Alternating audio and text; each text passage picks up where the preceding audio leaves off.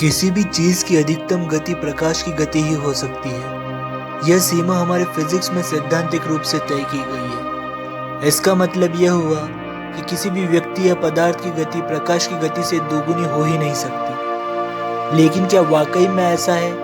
क्या वैज्ञानिकों को अभी तक वास्तव में ऐसा कुछ नहीं मिला जो प्रकाश की गति से भी तेज चलता हो, या कुछ ऐसे कण या पार्टिकल्स हैं जिन्होंने प्रकाश की गति की सीमा को तोड़ दिखाया है? आइए जानते हैं इस मामले में क्या कहता है हमारा साइंस।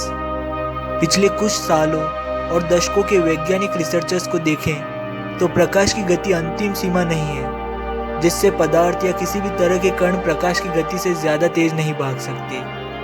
वैज्ञानिकों का मानना है कि कुछ अजीब कणों में इतनी तो क्षमता है कि वे प्रकाश की गति से भी दोगुनी रफ्तार हासिल कर सकते हैं, और ऐसे कणों को तो समय के भी पीछे भेजा जा सकता है।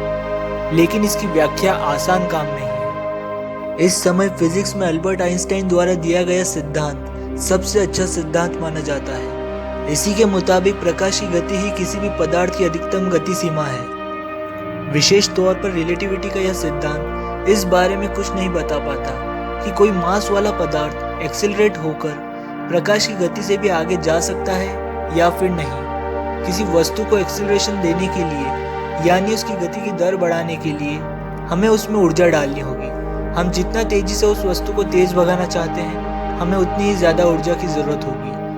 लेकिन ऊर्जा के सभी स्रोत किसी न किसी तरह से सीमित ही है। यहाँ तक कि ब्रह्मांड में भी सीमित ऊर्जा ही है। इसका अर्थ यही होगा कि ब्रह्मांड में इतनी ऊर्जा है ही नहीं कि किसी मास वाली वस्तु को प्रकाश की गति से अधिक एक्सेलरेट कर सके। यही वजह है कि हम और आप कम से कम निकट भविष्य में प्रकाश की गति से भी दोगुनी गति की अपेक्षा नहीं कर सकते। लेकिन कुछ परिकल्पित कण होते हैं जिन्हें वैज्ञानिक टैक्योन्स कहते हैं। इनमें विशेष तरह का मास होता है जो इमेजिनरी मास होता है। फिलहाल टैक्योन के अस्तित्व को सिद्ध नहीं किया जा सकता, लेकिन रिलेटिविटी के सिद्धांत के अनुसार इनकी संभावित उपस्थिति को खारिज नहीं किया जा सकता। यदि टैक्योन का अस्तित्व है तो वे निश्चित तौर पर ही प्रकाश की गति से अधिक गति पर यात्रा करते होंगे। और तो और मजेदार बात यह है कि जिस तरह से सामान्य मास वाले पदार्थ की गति प्रकाश की गति से ज्यादा नहीं हो सकती, उसी तरह से टैक्योन की गति को कभी प्रकाश की गति से कम नहीं किया जा सकता। कुछ वैज्ञानिकों का मानना है कि अगर टैक्योन का वास्तव में अस्तित्व है तो वे लगातार समय के पीछे ही जा रहे होंगे। इसीलिए टैक्योन को समय की यात्रा से जोड़कर देखा जाता है।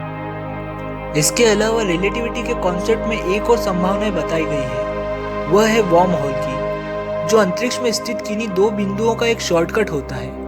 कई प्रकाश वर्ष दूरी पर स्थित तारे पर वर्म होल के जरिए कुछ ही घंटों में पहुंचा जा सकता है। इनके जरिए हम ब्रह्मांड की सीमाओं को अपने जीवन काल में ही छू सकते हैं। लेकिन अभी तक टैक्योन और वर्म होल केवल परिकल्पित वस्तु ही है। अगर आपको हमारा वीडियो अच्छा लगा है तो हमारे वीडियो को लाइक कर हमारे चैनल को सब्सक्राइब करें।